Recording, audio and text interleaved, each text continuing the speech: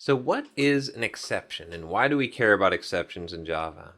Well, the basic thing that an exception is it's a way to handle errors. It's an error handling mechanism that's built into the language. Exception handling was started being put into languages because of some of the problems with the error handling techniques that were used before there was such a thing as exception handling. It could get pretty complicated. I'm going to show you some examples of that. We're going to kind of talk about this in a little bit here.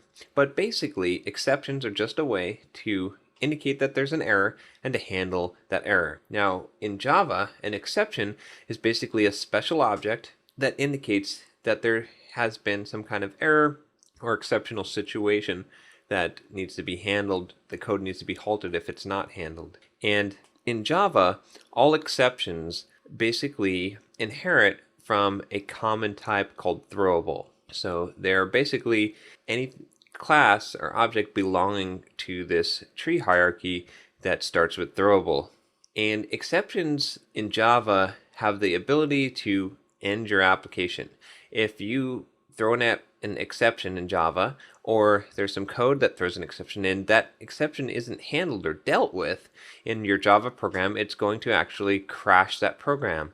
And that is by design, and that's kind of important because the idea here is that if something happens and it's an error condition that you didn't expect or your code isn't able to handle, we don't want to just keep on going through, because even though crashing an application is a bad thing, the worst thing is to corrupt data. Really, when you talk about the severity of errors that happen and that annoy users, really the worst thing you could possibly do is corrupt data.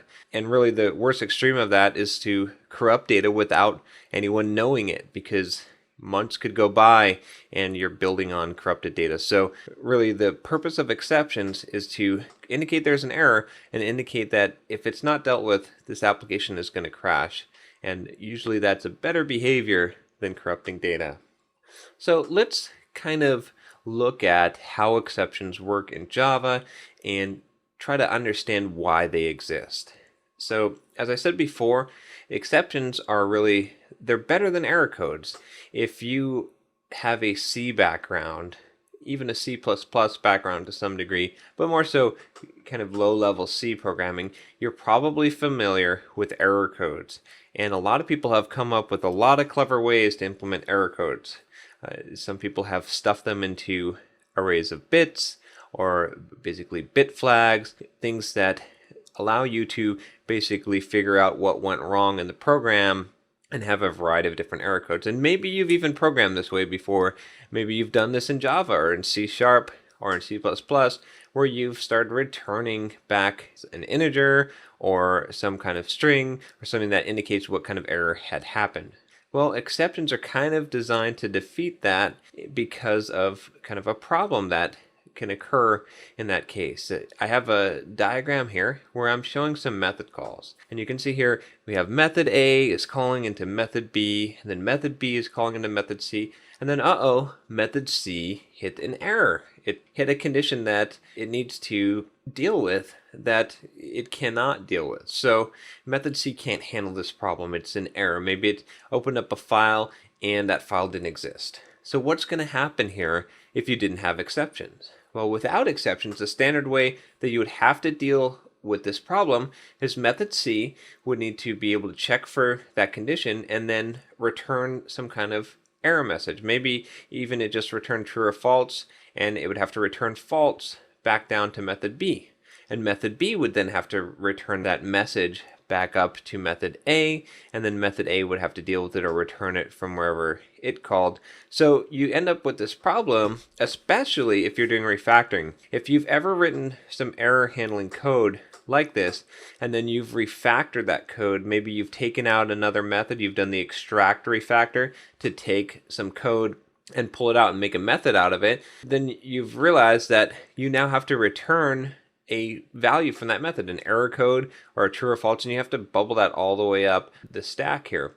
So an exception basically works the same way as this, except that it is automatically going to look up the stack of method calls for a special clause, which is a catch clause, that is able to handle that exception. So in Java, we use this concept. We basically say, okay, in that scenario, we would have maybe method A calls method B calls method C tries to read some file on disk. It doesn't exist, so method C throws an exception. Now that exception is going to say, hey, is there somewhere up the stack that can handle me? It's going to look in method C first, where it originated. Can you handle me? Have you said that you can handle me? No. It's going to look in method B. Can you handle me? No. It's going to look in method A. Can you handle me? Yes. Okay. And then it'll be handled. So this is going to prevent you from having to return back an error message or error conditions or error codes, and instead method C is going to be able to return back maybe what it should. Maybe it's supposed to return some text from a file instead of trying to overload what these methods return in order to bring back error codes. So that's kind of the big picture of why we have exceptions in Java and what they are doing for you. And we're going to get into the code now and start to look at how we actually implement this. And the basic way that this is implemented in Java is that you have what's called a try block, and you put your code inside of this try, and then you have a catch block, and that catch block really tells the compiler, okay, if an exception gets thrown, I can handle this exception, and then you can do something useful in order to be able to either repair the data or repair the damage that's been done, display an error message, or whatever you can do when that error occurs.